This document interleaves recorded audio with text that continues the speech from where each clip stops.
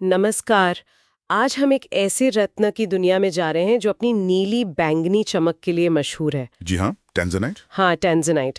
लेकिन इसकी कहानी सिर्फ चमक तक ही नहीं है ना?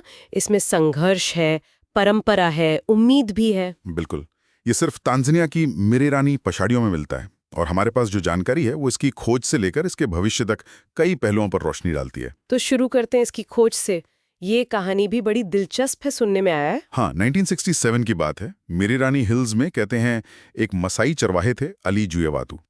उन्हें कुछ अजीब से नीले पत्थर दिखे। अच्छा, मतलब ऐसे ही मिल गए? हाँ, कुछ इसी तरह की कहानी है। लेकिन दुनिया ने इससे जाना न्यूयॉर्क की मशहूर jewellery company Tiffany and company की वजह से। उन्होंने ही इसे तंजानिया के नाम पर टेंजनाइट नाम दिया। अच्छा, तो नाम टिफनी ने दिया। ये तो मार्केटिंग का कमाल भी हुआ फिर। हाँ बिल्कुल, एक तरह से उन्होंने इस पत्थर को एक पहचान दी, एक ब्रांड बनाया। और ये है कितना दुर्लभ, मैंने सुना है हीरे से भी ज्यादा। जी, कहा जाता है कि ये हीरे से भी कोई 1000 गुना ज्यादा दुर्लभ है। 1000 गुना? सोचिए, पूरी दुनिया में सिर्फ एक ही जगह, तंजानिया में, वो भी एक छोटी सी करीब 7 किलोमीटर की पट्टी है, मिरानी हिल्स के पास, बस वहीं ये मिलता है। कमाल है, यही चीज इसे इतना कीमती बनाती होगी। लेकिन इस खूबसूरती और कीमत के पीछे की कहानी शायद उतनी खूबसूरत नहीं है, खनन की बात करें तो। हाँ, असलियत तो ये है कि मिरेरनी में जो खनन होता है वो ज्यादातर छोटे पैमाने वाला है, मतलब आर्टिसनल माइनिंग। अच्छा, कौन लोग करते हैं ये? अक्सर स्थानीय लोग, ग्रामीण या फिर मसाई समुदाय के लोग। और हालात वो बहुत बहुत ज्यादा खतरनाक होते हैं। खतरनाक मतलब? हाथ से खोदी हुई सैकड़ों फीट गहरी खदानें, कोई पुख्ता इंतजाम नहीं, कभी भी धंस सकती हैं। ऑक्सीजन की कमी, पानी भर जाना, ये सब लगा रहता है। उफ, यानी जान का जोखिम हर पल। जी, कई हादसे हुए हैं, जानें गई हैं। और दुख की बात यह है कि स्रोतों में यह भी आता है कि कम उम्र के लड़के, यहाँ तक कि बच्चे भी इन असुरक्षित सुरंगों में काम करते पाए गए हैं। ये तो बहुत ही दुखद है। और इतनी कीमत वाले पत्थर निकालने वाले लोग खुद गरीबी में, ये कैसा विरोधाभास है। यही तो कड़वी सच्चाई है।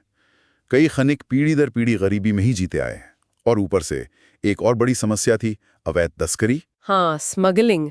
ये तो होता ही है ऐसी कीमती चीजों के साथ। सालों तक ये चला। करोड़ों डॉलर का टेंजनाइट चोरी छिपे पड़ोसी देशों में, खासकर केन्या, और फिर वहां से भारत जैसे बाजारों तक पहुंच जाता था। तंजानिया को इससे जाहिर है बहुत नुकसान हो रहा था। तो सरकार ने क्या किया? कुछ तो किया होगा। हाँ, 2017 में एक बहुत बड़ा कदम उठाया गया। सरकार ने मिरेरानी खदान क्षेत्र के चारों ओर एक 24 किलोमीटर लंबी दीवार खड़ी कर दी। दीवार?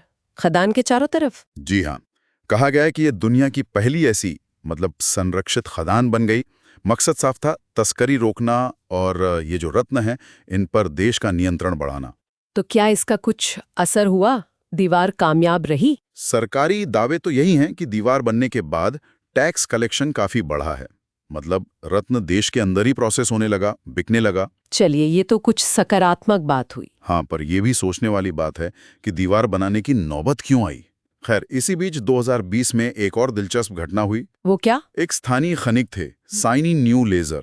उन्होंने 2 बहुत बड़े, रिकॉर्ड तोड़ने वाले टेंजनाइट पत्थर खोज निकाले। रातों रात करोड़पति बन गए वो। अरे वाह! इससे स्थानीय लोगों में एक गर्व की भावना और उम्मीद जगी कि हाँ, हमारी किस्मत भी बदल सकती है। ये आर्थिक और सुरक्षा वाले पहलू तो समझ आते हैं, लेकिन खनन का असर जमीन पर भी तो पड़ता होगा, और वहां रहने वाले समुदायों पर। मिरेरानी की जमीन का मसाई जनजाति के लिए क्या मतलब है? ये बहुत अहम सवाल है। मसाई लोगों के लिए ये जमीन सिर्फ कमाई का जरिया नहीं है, ये उनकी सांस्कृतिक पहचान है, उनकी विरासत है। पीढ़ियों से वो इसे पवित्र मानते आए हैं। और खनन से पर्यावरण पर क्या असर पड़ रहा है?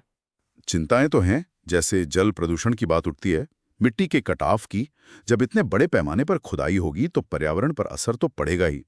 अब आवाज उठ रही है कि भाई खनन करो, लेकिन टिकाऊ तरीके से, पर्यावरण का ध्यान रखते हुए। तो मतलब चुनौतियां काफी गंभीर हैं। खतरनाक काम, गरीबी, तस्करी का साया, पर्यावरण की चिंता। क्या कुछ उम्मीद की किरणें भी हैं? कुछ पॉजिटिव बदलाव? हाँ, बिल्कुल हैं। और ये जानना जरूरी है।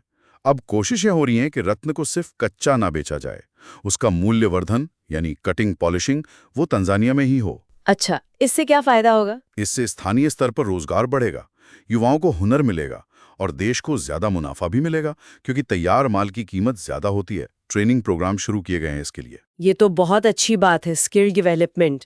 और क्या हो रहा है? एक और अच्छी चीज ये है कि महिला उद्यमी भी अब इस क्षेत्र में आगे आ रही हैं, जो पहले पूरी तरह से पुरुषों का काम माना जाता था। बहुत बढ़िया। हाँ, और कुछ तंजानिया के अपने ज्वेलरी ब्रांड भी उभर रहे हैं। वो मेड इन टंजानिया टैंजनाइट को प्रमोट कर रहे हैं। साथ ही खनिकों को संगठित करने के प्रयास भी हो रहे हैं। सहकारी समितियां बनाने की कोशिशें हैं। यानी कम्युनिटी लेवल पे भी काम हो रहा है। जी, ताकि खनिक मिलकर अपनी बात रख सकें, बेहतर मजदूरी और सुरक्षा की मांग कर सकें। ये छोटे कदम लग सकते हैं, पर ये स्थानीय सशक्तिकरण के लिए बहुत जरूरी हैं। तो कुल मिला के टैंजनाइट सिर्फ एक सुंदर कीमती पत्थर नहीं है। हाँ। ये तो तंजानिया की पहचान, वहाँ के लोगों के संघर्ष, सरकार की नीतियाँ और भविष्य की उम्मीदों की एक पूरी कहानी अपने अंदर समेटे हुए है। बिल्कुल सही कहा। इसकी हर चमक के पीछे मेहनत है, जोखिम है, दर्द भी है। लेकिन अब उसी कहानी में उम्मीद, आत्मनिर्भरता और स्थानीय नियंत्रण के नए पन्ने भी जुड़ रहे हैं। और ये कहानी हमें एक बड़े सवाल पे सोचने को मजबूर करती है ना। कौन सा सवाल? यही कि प्रकृति हमें जो अनमोल संसाधन देती है, उनका इस्तेमाल हम कैसे करें, कैसे हम उनका मूल्य समझें, लेकिन साथ ही उस धरती और उन समुदायों का भी सम्मान करें जिनसे वो जुड़े हैं। शायद इसी संतुलन को साधना असली चुनौती भी है और अवसर भी। ये सोचने वाली बात है।